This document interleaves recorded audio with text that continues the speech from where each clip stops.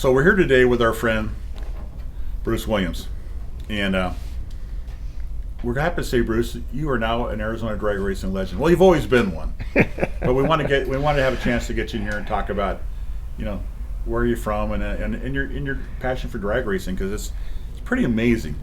I think I got to know you back in the '80s when I had my speed shop on the west side of town, Yep. and I had some cylinder heads or something for sale, and Yes. and that's how you were living in the East Valley, and you made the trek all the way across the valley then, which we didn't have as many freeways, but it was probably a lot less traffic and easier to get across town. That's true.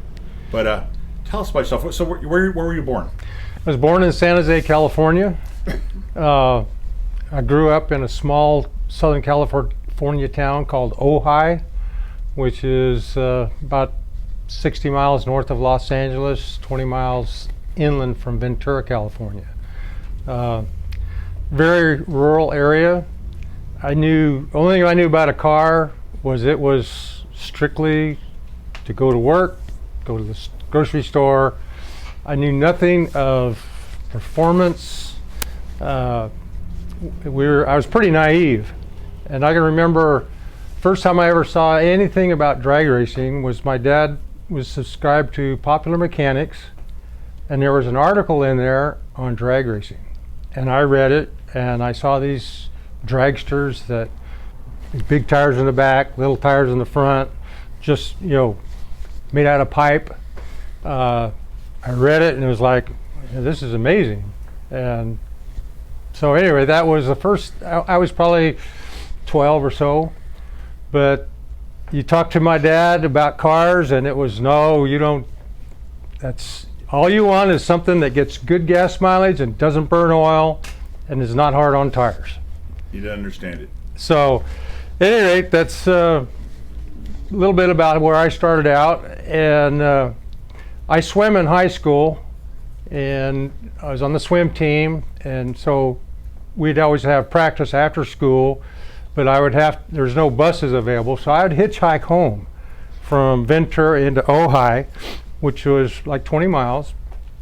And when I was 15, the first year of swimming, a senior picked me up hitchhiking. He had a pickup truck. He said it had a 327 in it and a 4-speed. And that was the first time I ever felt acceleration as he rode through the gears. And I was just like, whoa, this is amazing. This is amazing.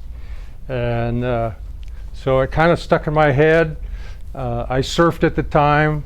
And when I turned 16, I bought a 56 Chevy. It was a 4-door. I had roof racks on it, carried the surfboards. And I finally, by my senior year, that Pacific Ocean was so doggone cold, I said, I'm done with this surfing. And so I had the car and started working on it. And my dad would just say, oh, no, that's only thing you need to do on that car is fix the oil leaks. That's all I need to do. You don't need to change the gears. You don't need to do this or that. He knew enough about mechanics that he said, well, if you want to take that oil pan off, you just got to find all the bolts that look up there, take all those bolts off, and it'll come out. And says you'll figure it out. And so I just started working on the car myself. I had just a very rudimentary set of tools, and instead of hanging out with the surfer guys in my senior year, I started hanging out with the car guys, and kind of got the bug. A fellow, one of my classmates, one Saturday says, hey, I'm going to the drags down at Long Beach tomorrow. You want to go? And I said, yeah. So he had a 57 Chevy, and it was supposed to be the really fast car. And everybody back then was claiming they could run in the 12s. So we drove from Ventura to Long Beach, and we were just going to spectate. So then he got down there, he says, well, I think I'm going to enter. And so he entered whatever class it was, and we found out how fast his 12-second car was, and it was just a low 14-second car. But I actually was there and in the pits of Lions Drag Strip, and here was every kind of drag car you could imagine on a Sunday afternoon. amazing. It was just amazing. It was like I was just, a kid in the candy store. This is amazing. So that motivated you more. So that motivated me more. And then, so the next thing you know, after I got out of high school, I moved from Ojai to Ventura. I worked in a gas station. But pretty soon, my four-door Chevy no longer had a cast iron power glide. It had a clutch and a three-speed transmission on the floor. Pretty soon it had 411 gears and a posi, had headers, on and on and on. Corvette WCFB dual quads. And it actually was getting fast. But I discovered real quick that when you go street racing on Saturday night or Sunday and you blow the tranny or the rear end in your car and you got to go to work, that you need a bicycle. You could hear your dad's voice in the background going, no, you don't want to touch that car, right? So it didn't take too many blown up transmissions. Those old 3-speeds, the synchros, they'd never last very long. I decided I need a purpose-built race car. And so this is about what year? It would be 1968, 1969. Okay. I graduated in 68. One of the customers at the gas station, you got to know him a little bit, and we were talking about cars and this and that, and he says, I got a really nice 56 Chevy two-door body that I want to get rid of. It's in my backyard, and if you're interested, come around and take a look at it. So went down to his house, and sure enough, here's this complete 56 two-door sedan. It's got all the exterior trim, all the window, everything there is just in total disassembly. And I bought it for $50. I had to furnish 4 wheels and tires to drag it out of it. Had a tow bar. As I recall, it didn't even have a steering wheel. We put vice grips on the column. So that was the start of my real race car. So And did you take some of the parts off the crew cab, your crew cab Chevy? No. Your four-door Chevy. Crew cab. That was my that was still my work car, and took a couple years, but I got it all back together. I put a Oldsmobile end in it. I started out with a 292 Chevy, and that didn't go well. Graduated to a big block, 4-speed. My initial outings with it were pretty traumatic.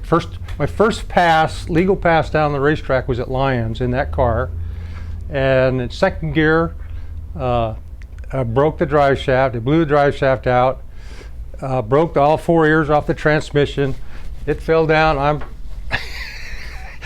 I drove over the drive shaft. It was like, and plus I was just a nervous wreck. I was just, every day going to the races was kind of a gag and puke event for me. But you went back. But I went back. It was like, it's got to be. This is amazing. So this gets you in the early 70s. Yeah. So initially, we got through the broken transmissions and this and that, and I switched to a clutch turbo. So I was just never that good with the left foot, right hand, and the clutch turbo. All I had to do was let go of the clutch once, and boom. So What brand was it? Was it a home built one, or you remember? No, it was a Fairbanks. Okay. It was a Fairbanks. Got it from Service Center. That was your speed shop? That was a speed shop back then. And so I raced that in class, AHRA. It was Formula 1 or 2, B hot rod. Had a tunnel ram and all that. Raced at B-line, and I got beat in the final by Bob Potts in his Camry Mustang. Another great Arizona legend. Yeah. Miss that guy. Yeah. From Cornville, Arizona. Cornville, Arizona. Got to know him, and it was kind of crazy. Is my car was really fast until you put it in high gear, and then it just would stop, and that's where everybody would come by me. And so I finally figured out what it was, what was causing that. And all it was is I had an open grill, and it was the fiberglass front end. Actually, this fiberglass front end and doors on this car I bought from Jerry Ekman of Pro Stock fame. Jerry came from Ventura as well. But anyway, that open grill and no inner fenders, it was like a big parachute, and it just catch so much air, it just stopped. So we were racing in Orange County one night, and I was talking to another guy, and he says, you're probably catching some air. And I took duct tape, and I taped it off, and voila, I picked up, I don't know, like 4 miles an hour. And Pretty significant. very significant. It was just, this is amazing. So to cut back to Bob Potts, the next race was the AHRA Winter Nationals. Drove over from Ventura. It was 3 rounds, and I met Bob Potts again in the final round. And we left side by side, and I'm pulling on him, pulling away from him, pull it into high gear, and I go, oh man, here's where he comes back. And I just kept right on going. And there's my class trophy there I brought. And I can remember that race just like it happened yesterday. It's pretty spectacular. Very spectacular. You were a winner. I was a winner, oh yeah. Another big memory at Beeline was previously we decided I needed a clutch disc for that clutch turbo and couldn't get one. And a buddy of mine, we were talking, he says, hey, I've got an old rag Chrysler disc sitting on the wall, in the garage, you can have it. So my brother-in-law and I, we worked on that car till probably midnight and changed the clutch because it was so late we couldn't start it up and time it and this and that. Who's your brother-in-law? Bill Floyd. We'll talk about Bill in a minute. So we towed it onto the trailer and strapped it down, took off. We stopped at a gas station, got gas, got ice and whatever, drove all the way over here, slept in line for an hour, got in. This is probably the first race. I didn't pass tech. Back then your headlights had to work. I had headlights, but they didn't work. So we had to go into town, get wiring, a switch. But anyway, so we pull up for the very first run, and I'd always run a solid centered iron clutch disc. And now I've got this stock Chrysler rag type. Put it on the mat, let go of the clutch, and this was a good wheel standing car. Anyway, it came up as normal, and it just kept right on going. And I can remember seeing the hood of the car, there at Beeline, you're looking out at Thumb Butte or something like that, the Superstitions, and then it's just all car. I mean, it was top of the horizon. Top of the horizon, yeah. And the one thing that went through my head was, oh my God, it's going to bog, and it's going to compress. I literally pushed my foot up to the headlights, and anyway, it carried all the way through low gear. I grabbed second, it pulled it up again, and I don't know, it ran 1050 or something like that on that pass, which was amazing. And we got back into the pits. I had rubber and asphalt on part of the back bumper. You scraped it. Scraped it because I didn't have any wheelie bars. So I remember that. That's another one of those.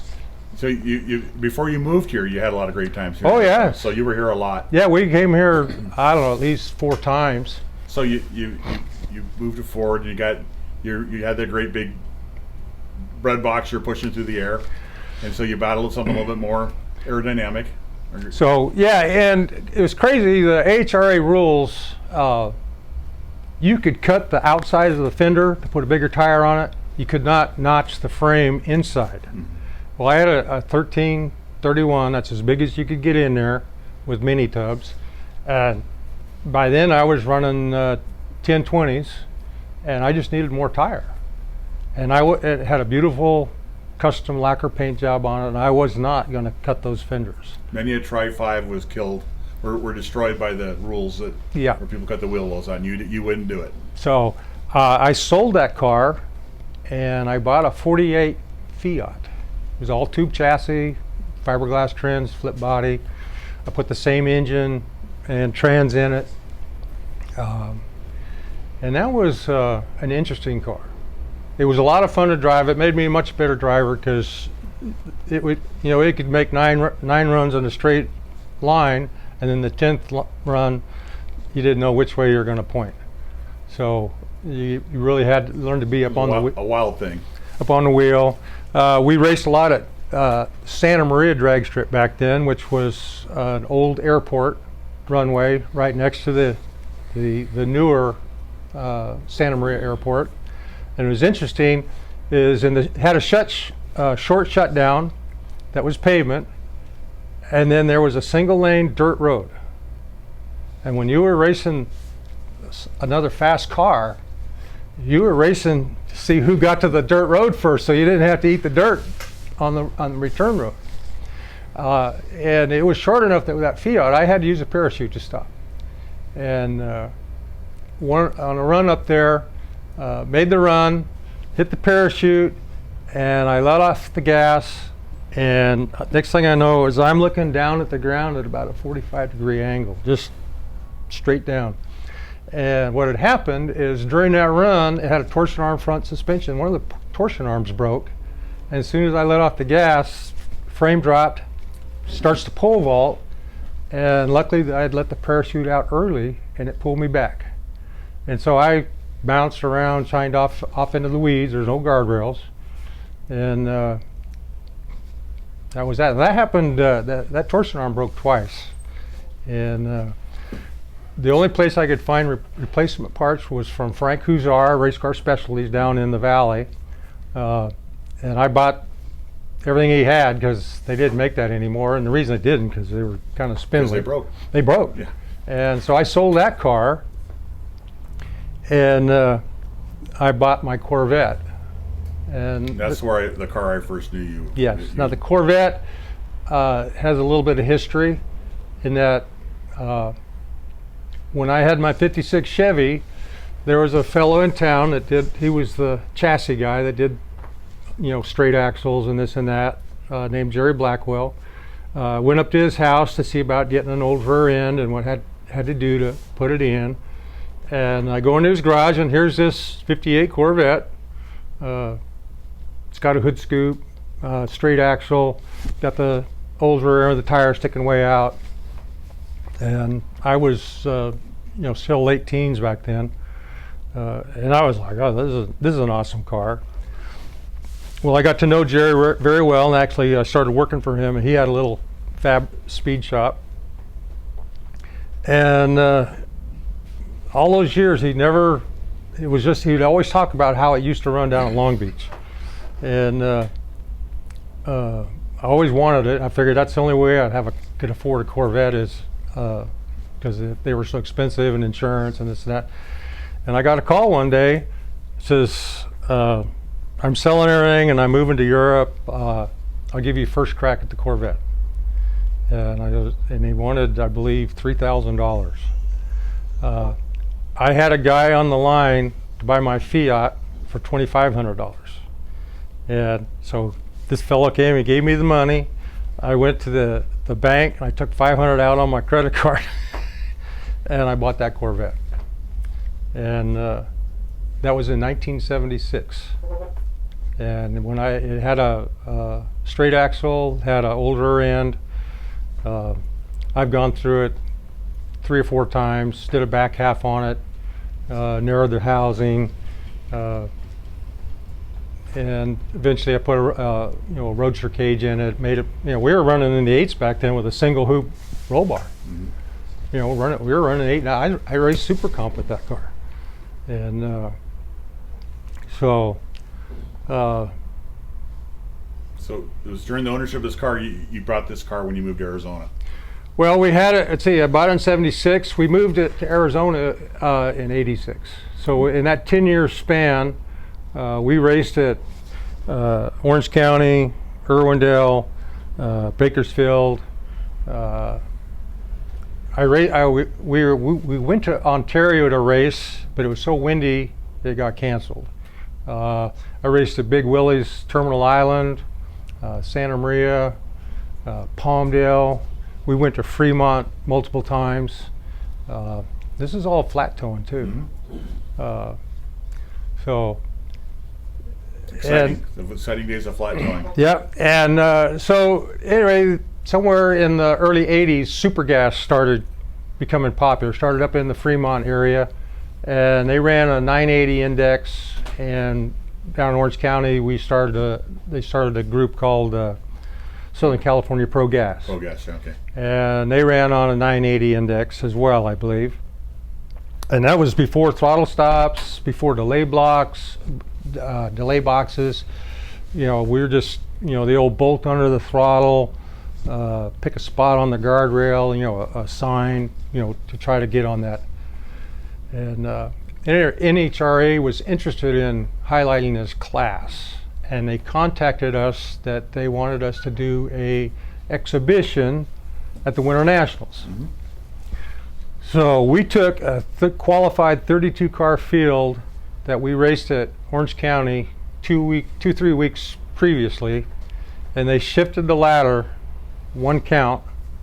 They let us on the facility Sunday morning, bright and early, and I think we got 2 runs, time runs, and my wife, was there. We had our little 64 El Camino, and back then we didn't have much cooling system, because we always just cool down after every run. Right. At Pomona, you don't have that. You had a hot lap. You had a hot lap. And so we found some empty gallon milk jugs, water jugs, and Ellen found the only water spigot in the whole pit area. And she'd tow me up, I'd make a run, and she goes back and she's filling up these water jugs. And I'd come back and we drop the water, cool it off. And so at any rate, to race there was just amazing. I remember pulling up, doing a burnout, and you're pulling up the stage, and you look around, and there's just thousands and thousands of people. And it was like, wow, this is quite your first big time. This is my first big time. So at any rate, somehow I managed to start going rounds. And this was all just basically fender racing. Mm-hmm. But boom, I'd win, I'd get my little ET slip, I'd drive back up. The return road used to go by the grandstands, and people would be out waving and clapping and cheering you on. I'm driving up there, and the temp gauge is up there like 240, and then you got to go through the tunnel, and there's all the spectators in the way, and it's like, oh. So you're hooked on that type of racing. You knew you had some success. Yeah. So before you moved to Arizona, before all this happened, let's talk about Ellen. Okay, because you started sparkling your eye when she's over my left shoulder and you're looking at her. I've got some great Ellen stories. I just want to say, how did you meet? We met through Bill Floyd. Okay. Bill Floyd had an automotive shop in Ventura. I had an automotive shop in Ventura. We were friends. We all went to drags together. We went out cruising Main Street and this and that. He was dating Ellen's older sister. And he called me, I don't know, we were out like on a Saturday, and he says, hey, Laura and I and her family are going to Orange County for one of the big funny car shows. Do you want to come along? Yeah, why not? So I go to her house, and her dad had a mid-60s GMC pickup with a big camper on the back. And there's her whole family, Bill, myself, in the back of this camper. Camper days. And we played cards, Crazy Eight, some kind of stuff like that. And she's a good-looking young lady. Still is. Oh, very much so. And so she was a little bit standoffish. But I called her. Look at you, Bruce. I mean, you're a drag racer. Yeah, what could go wrong? So anyway, I called her up a couple weeks later, and we went out on a date, and we hit it off a little bit. And so shortly thereafter, we were going to go race. We were going to go to Santa Maria and race. My race car is broken, So we drove up in my 66 Bel Air. It was my tow car. And we get to the track, and Ellen's looking around. She'd never really been. She says, "What's with these cars? All their tires are bald." So, sure enough, I get there to be a spectator, and a drag racer just can't be a spectator. So I entered the sportsman class, and I won. I won $75 cash, little trophy. So on the way home, we stopped at a pizza parlor for pizza and beer. They brought out pitchers of beer. We had, pizza, and they all had a beer too. And we get ready to leave. I paid the bill, and we get in the truck or the car, and Ellen said, "Look what I got." And she had this great big old, she'd taken the whole picture, empty beer pitcher, and I go, "Well, she's the one for me." So you liked her because she had a little larceny in her. A little bit of larceny in her. That's great. So your people know you and her, and of course your family, but you came to Arizona. So what year did you come to Arizona? Came to Arizona January 1st, 1986. And your reasons for moving here? Reason for moving here was to keep my job with AT&T. I had been permanently transferred to Manhattan, New York, and we flew back in December of '85 to look for a house. Couldn't afford to live in the city. I think the high the whole week we were there was like 25 degrees. So Arizona was the place to be. And flew back, and I was going to quit my job. I'm not going to New York. And a couple of the bosses says there's work in Arizona if you'll pay your own way. And I go, sign me up. And so they accepted my request. I got a call, says be to work January 2nd, Scottsdale, Arizona. The Mountain Bell office was there just off of like Scottsdale and Indian School, between it and Camelback. And there I was. Had no idea where the racetrack was. I knew there was Firebird Raceway. I had no idea where it was. We wound up renting a house in Chandler by the Intel plant. And after we rented it, I asked the realtor, "Do you know where the drag strip is?" He said, "Well, yeah, it's like 5 miles from here." Feet. So I got a previous story about Arizona. Is first Arizona drag racer I met was at a division race in Bakersfield, and we're on super gas, and I was racing another mid-60s Corvette, and we pulled up the stage, and I put my bulbs on, and this guy goes in deep. And I go, he's going red. He didn't go red, and I was pretty competitive back then, and he just kicked my butt so badly. And who was that? And that was Bernie Licata. Another Arizona legend. Yeah, you bet. And so I went and looked him up, and I go, "Man, I just knew you were going to go red." And he says, "As soon as I saw you didn't go deep, I knew you were in the bag." And I'd never even seen really much about this deep staging back then. And so he explained it all to me amidst, I don't know how many jokes. Unbelievable how he can remember jokes. Yep. But we became friends. Yep. And so when we moved here, he was, I looked him up. And we got settled in, and we continued to race super gas, then moved up into super comp with the Corvette. Then you got into the dragsters. Yeah, well, I crashed the Corvette big time. I had So you're going to say that the Corvette was parked, you crashed it. I crashed it, and so how did you decide to do a dragster? Well, Ellen had told me, says, if you want to keep going that fast, you need something longer than a 98-inch wheelbase. So we bought a dragster, and put all my drive. I had to build a new engine, but got it going, and continued to run Super Comp 890. And then when Super Eliminator started, we moved up there, and we had a lot of success in both classes. Did a lot of bracket racing. We finally got the Corvette back together about 6 years ago, and I've had some good days, bad days. But we moved the Dragster. I decided to put a blower on it, and I tried running an EFI, and that was an interesting. Well, you already admitted you couldn't shift to 4-speed, so how are you going to do an EFI? Well, actually, I'm very computer savvy, but there was just issues with the EFI, and you'd have it running great.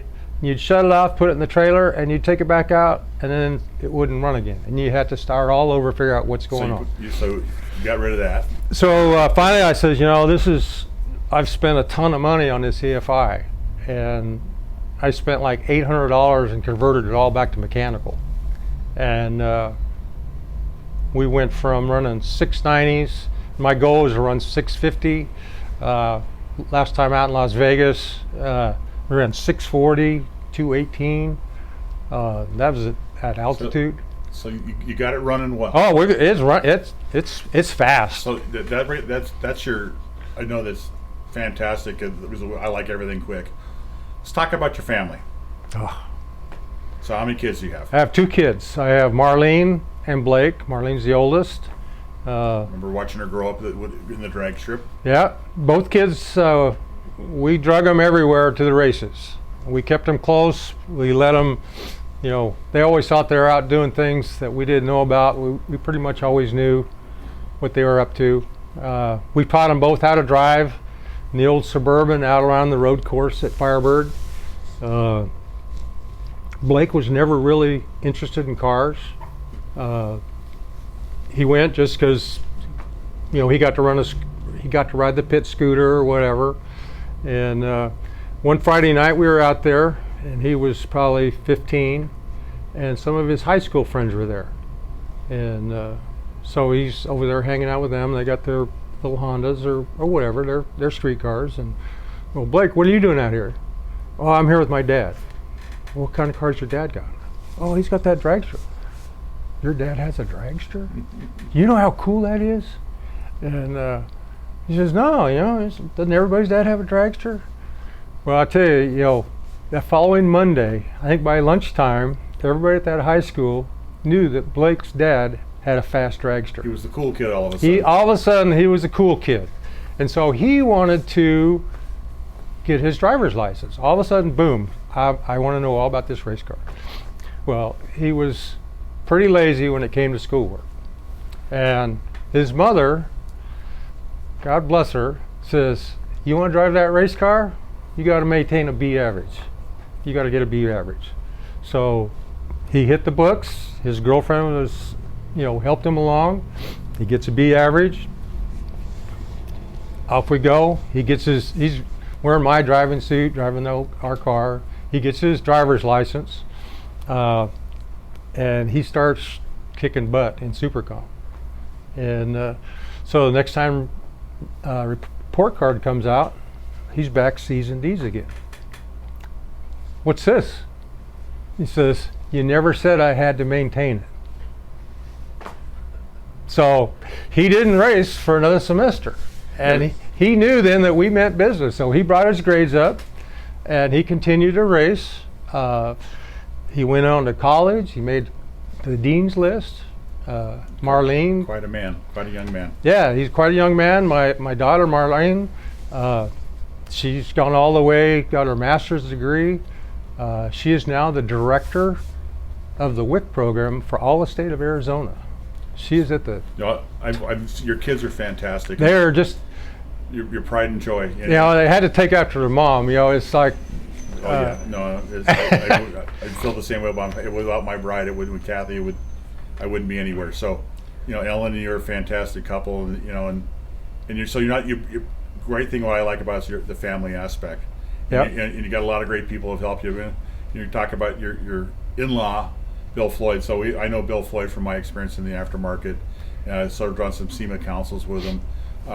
Quite a racer, circle track racer, loves open wheel cars. But our friend Bill has become, he ran Borla and he ran a couple of big companies and he was very successful. but he's found his real success is with oil centers, Yes. Lucas Oil Centers in Indiana. Yes. So he was a first of a kind, one off, convinced Forrest Lucas this was a good deal, and he's doing great. And a lot of what I've learned in the industry, I learned a lot from Bill as well. So I'm very blessed to have him as a friend, and you as a friend. Yeah. You've certainly brought a lot to Arizona. You're basically you're a Californian Arizona before it was cool to be from California. You were, Yes. I mean, you were back when it was cool to be from California. I was. Yeah, and so you're basically, we'll call you a native now. We'll give you that status, and you're an Arizona drag racing legend, and you've done so much for the racing community. I know you've helped and mentored and many people. You retired, but you went on. You're helping build rear ends and engines for people, and it's still your passion. So it's in your blood. So we look forward to seeing you out there for a long time to come. Well, thank you so much. It's I feel when I've listened to the predecessors that are here today that they're true legends.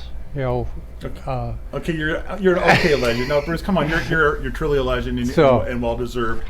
And I think that just the fact that legends also help a lot of other people, and you fit with that in that people like you talk about. Bernie told you something. This guy told you something. People gave you tips. I know you've helped other people. Oh, You've yeah. gone out to races, not with your car, with other people's cars. So, and you've helped many people. Come follow you into drag racing and have been very successful. So you're a legend, and congratulations, and we appreciate you being here. Well, thank you so much.